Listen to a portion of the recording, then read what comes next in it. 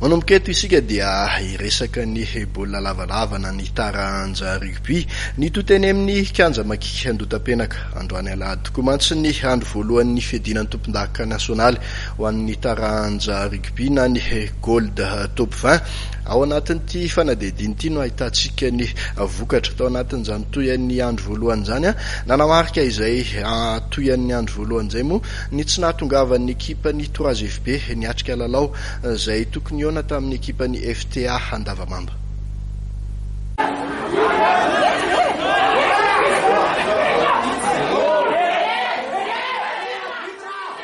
Lalao efatra tamin'ireo dimy tokony natao ihany no totosa teny amin'ny kianja makia andotam-penaka ho fanohizan'ny malagasy rugby ny andro voalohan'ny fiadinan'ny tompon-daka nasionaly na ny gold top 20 androany alahady. Ny satatra izany ny fihaonana teo amin'ny ekipan'ny FTM Manjakaray sy ny 3F5 Amboditsiry.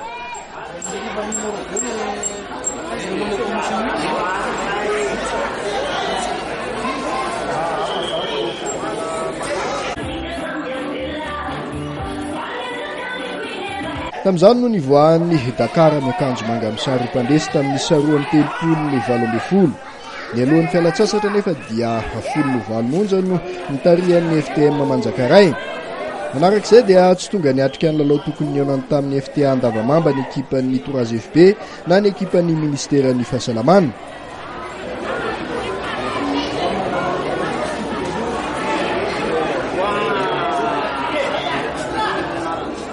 Tozao kosa ireo vokatra hafa. Ny SCB Besarety nandresy ny FBM Be Masoandro tamin'ny 120 no 420. Ny VTM Antsalovana niondrika nanoloana ny USA Akady Fotsy tamin'ny 20 no 5.